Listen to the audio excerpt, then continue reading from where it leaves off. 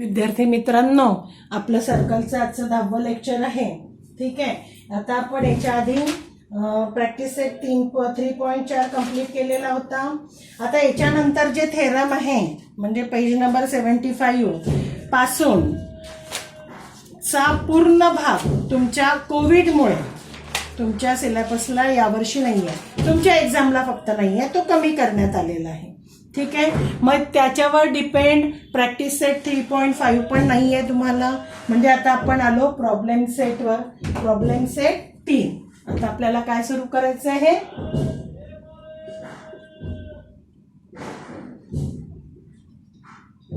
Problem set 3. आता याच्यातले पण काही प्रॉब्लेम जो भाग गेलेला आहे आपला त्याच्यातले कमी केलेले आहे, तर ते तुम्हाला मी दिलेलं आहे. त्याच्यातून तुम्ही मार्क करून घ्या की कोणते करायचे आणि कोणते करायचे नाही. तर प्रॉब्लेम सेट 3 मधला पहिला प्रश्न आहे, ऑब्जेक्टिव्ह टाईप आहे, तो तुम्हाला कंप्लीट करायचा आहे. याच्यातला पहिल्यातला 7वा प्रश्न नाहीये तुमच्या कोर्समध्ये, तो काढून टाका. आणि आपण आता सुरू करू दुसऱ्या प्रश्नापासून. ओके. पहिला तुम्हाला करायचा आहे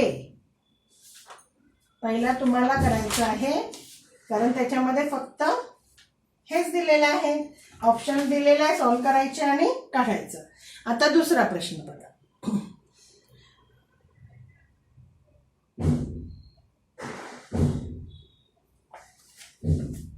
आता दुसऱ्या प्रश्नामध्ये एक करेक्शन आहे जे तुम्ही करून टाका. तुम्हाला तिथे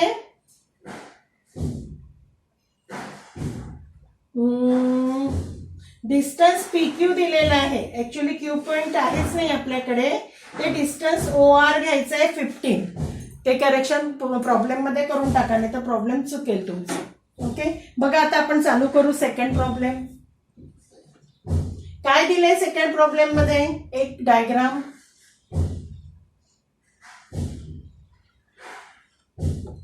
सर्कलचा प्रॉब्लेम सेट मोठा आहे, वेळ लागतो, प्रॉब्लेम्स थोडेसे डिफिकल्ट पण आहे. तर थोडे आपण सॉल्व्ह करू आणि जेवढे तुम्हाला जमतील सहजतेने तेवढे करायचे. एखादा प्रॉब्लेम नाही जमत आहे तर त्याला ड्रॉप आउट करायचं. का बरं ड्रॉप आउट करायचं? कारण ते तुम्हाला ऑप्शन मध्ये सोडता येतं, त्याच्यावर वेळ घालवायचा नाही.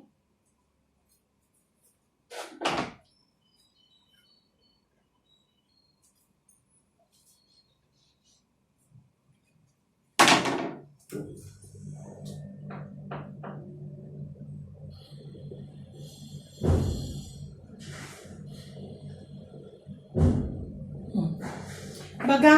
A line L touches a circle with center O at point P. If radius of the circle is 9 cm. Answer the following question. पहिला क्वेश्चन दिलेला आहे, what is distance OP. Distance OP काय आहे? What is distance OP? Distance OP is the radius, कारण तो touching point आहे. Radius तुम्हाला दिलेली आहे. पहिल्या प्रश्नाचं उत्तर. रेडियस ऑफ द सर्कल किती दिलेला आहे? 9 गिवन आहे. हे तुम्हाला विचारलेलं आहे डिस्टन्स OP. पहिल्यांदा घेऊ OP is the radius. OP radius आहे, therefore डिस्टन्स OP काय होईल?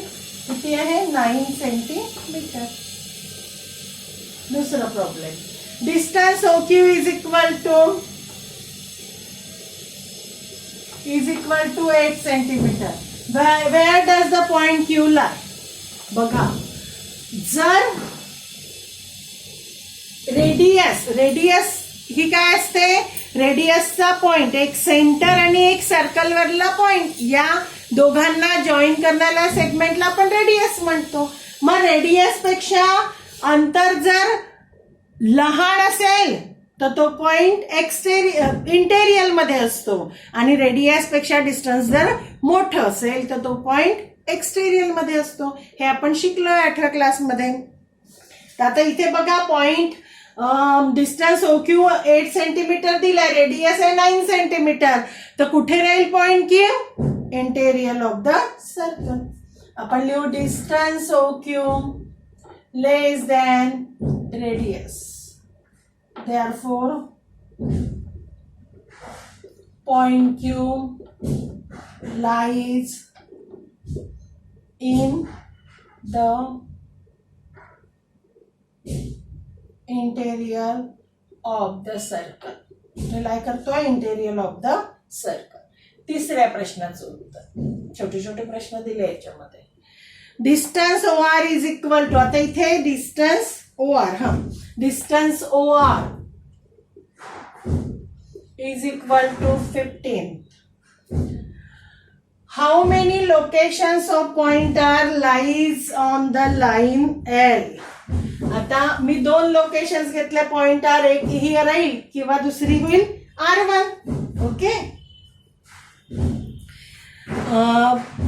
At what distance will each of them be from point P? बघा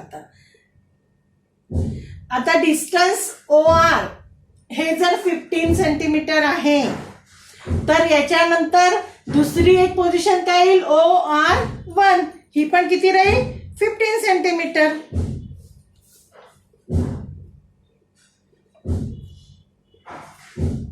distance OR is equal to 15 centimeter. Then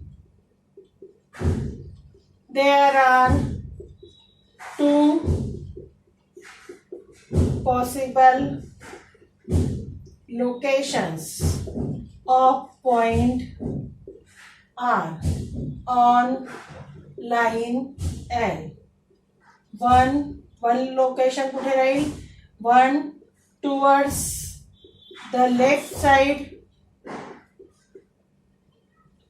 of line OP. म्हणजे OPच्या left साइडला एक R राहील किंवा OPच्या right साइडला. One towards the left side of line OP and other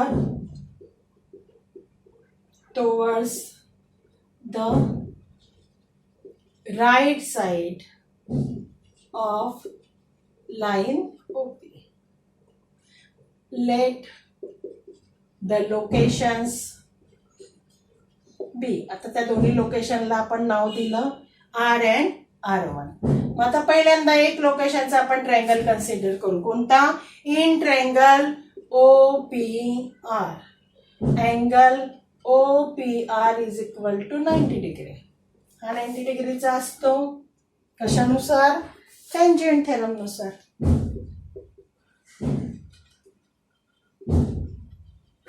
ठीक आहे. आता लावा Pythagoras.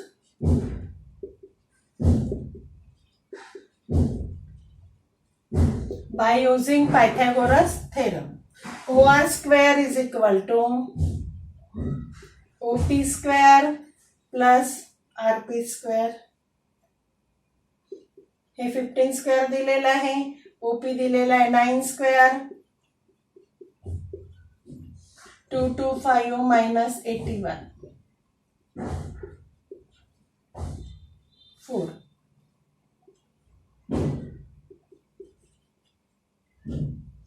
Therefore RP is equal to 12 centimetre. म्हणजे एका पोझिशन मध्ये 12, म्हणजे दुसऱ्या पोझिशनला सुद्धा काय होईल? 12च.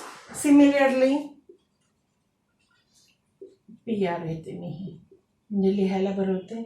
PR1 is also 12 centimetres. झालं.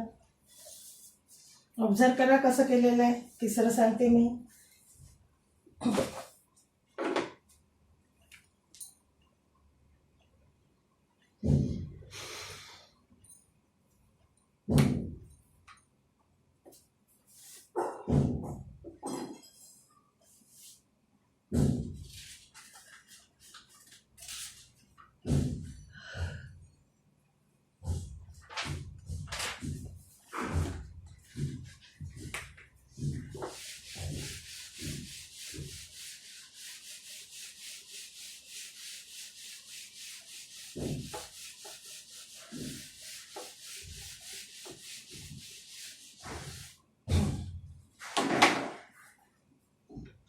तिसरा problem.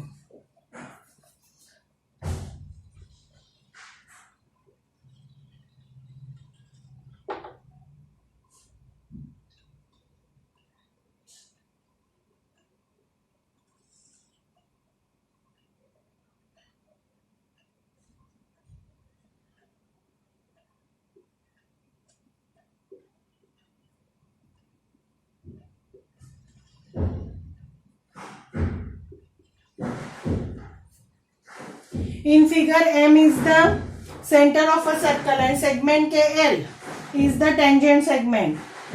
MK 12, KL 6√3. Then find radius. Direct Pythagoras. पहिलं फाइंड करायचं आहे रेडियस ऑफ अ सर्कल आणि दुसरं measure of angle M N K. बघू पहिले रेडियस फाइंड करू.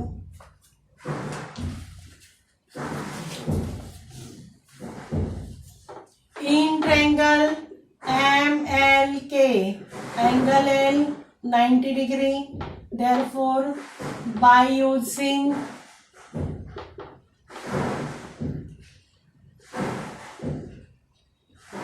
Pythagoras theorem, mk square is equal to ml square plus lk square.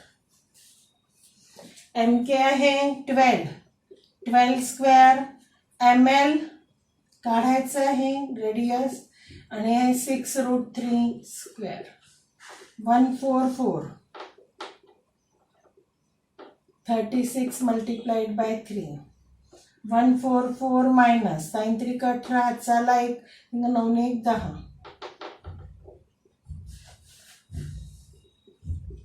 ml square is equal to 144 minus 108 36. Therefore ml is equal to 6. Therefore ml म्हणजेच काय radius is equal to 6 centimetre. दुसरं आता दुसऱ्यामध्ये तुम्हाला angles विचारले angle के आणि angle. आता हे अँगल्स काढण्यासाठी आपल्याला जे दिलेलं आहे त्याचाच यूज आपल्याला करावं लागेल. बघा आता मी डायग्राम मध्ये लिहून घेते मेजरमेंट्स म्हणजे तुमच्या लक्षात येणार आहे. 6 सेंटीमीटर एम के आहे 12 आणि ही आहे 6√3. राईट अँगल ट्रायंगल आहे. आलं का लक्षात कशाने अँगल मिळतील आपल्याला 30, 60, 90 डिग्रीच्या कॉन्व्हर्स थेरमने. बघा in triangle M L K. आता एम एल काय आहे M L is equal to half M K आहे का. एम एल आहे 6 आणि एम के आहे 12. आलं एम एल. आता जर ही एम एल याच्यापेक्षा हाफ आहे म्हणजेच के अँगल काय झाला साइड अपोजिट टू 30 डिग्री म्हणजेच के अँगल काय झाला 30 degree. Therefore angle K is equal to 30 degree. कशानुसार converse of 30, 60, 90 degree triangle theorem. ठीक आहे. आणि आता पुढच्या याच्याने काढा किंवा साइड अपोजिट टू 60 डिग्री. दुसरं याच्यात लिहिता येतं काय होईल आपण एल के किंवा K L is equal to √3/2 times असं दाखवण्यापेक्षा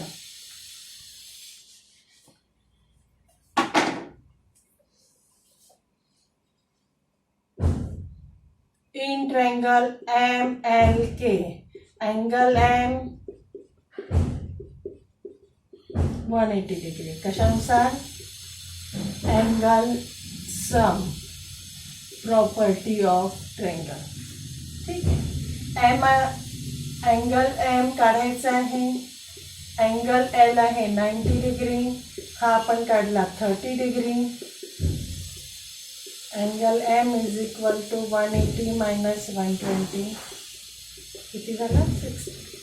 मिळाले ना मी अँगल. चला पुढे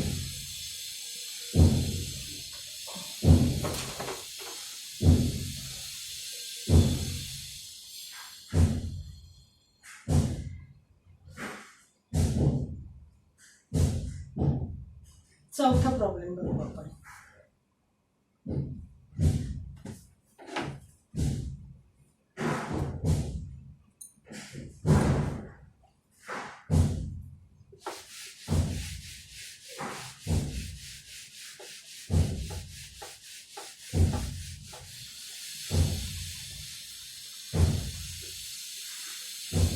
काय आहे चौथ्या प्रॉब्लेम मध्ये डायग्राम गिवन आहे.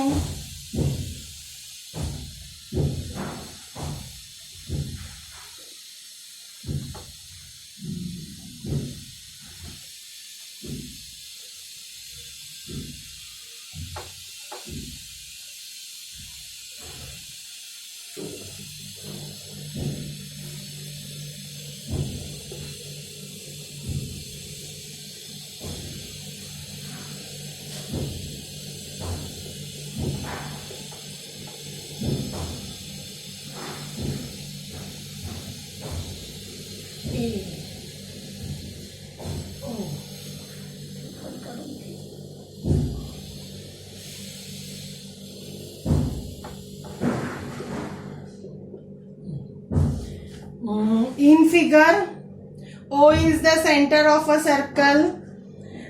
Segment AB and segment AC are the tangents. ठीक है. Tangent segments. Radius of a circle is R and length AB is R. Prove that quadrilateral ABOC is a square. Diagram मध्ये याला square दाखवा. माझी नाही आली, मी एकदम मोजून नाही काढलेली आहे. ओके, आता स्क्वेअर दाखवण्यासाठी सिंपल प्रॉब्लेम आहे हे. आपण काय केलं, draw OP, OB and OC. आता रेडियस झालंय OB आणि OC, किती दिलेलं आहे, R. ओके, त्यांनी AB पण R दिलेलं आहे आणि AB is equal to AC, कारण टँजंट सेगमेंट्स थेरम मध्ये. मग आता याच्या चारही साईड सारख्या आल्या, तुमच्या चारही साईड इक्वल झाला म्हणजे तो काय झाला, रोम्बस. कारण चारही साईड इक्वल झाल्या म्हणजे तो रोम्बस असतो. आणि स्क्वेअरची अजून काय कंडिशन असते, ऑल अँगल्स 90 डिग्री यायला पाहिजे. मग आता बघा, अँगल B 90 डिग्री आहे. अँगल B हा 90 डिग्री आहे. आता एक रोम्बसचा आपण थेरम बघितला होता. A rhombus is a square. कधी, if one of its angle is a right angle. जर त्याचा एक अँगल हा राईट अँगल असला तर तो रोम्बस सुद्धा स्क्वेअर असतो. इथे एक काय, इथे तो दोन अँगल राईट अँगल्स आहे. झालं स्क्वेअर प्रूफ. ओके, बघा आता हेच लिहायचंय आपल्याला. Draw segment OB and segment OC. मी काय केले, सेगमेंट OB आणि सेगमेंट OC काढले. मग आता मला माहित आहे OB आणि OC काय आहे, रेडियस. आणि ही सेम आहे, दिली आपल्याला, रेडाय ऑफ सेम सर्कल. ठीक आहे. नंतर AB is equal to R, हे गिव्हन दिलेलं आहे. नंतर AB is equal to AC. का बरं, टँजंट सेगमेंट थेरम.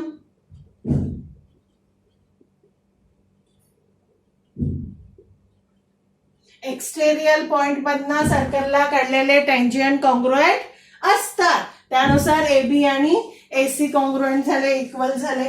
मग आता या सगळ्यांवरून आपण काय म्हणू, देअरफॉर आपल्याला लिहिता येईल OB is equal to OC is equal to AB is equal to AC. Therefore quadrilateral, कोणतं नाव दिलेलं आहे त्यांनी, क्वाड्रिलॅटरल ABOC, ऑल साइड्स त्याच्या इक्वल आहे म्हणजे इज अ रोम्बस. ठीक आहे. In quadrilateral ABOC angle B किंवा OBA is equal to 90 degree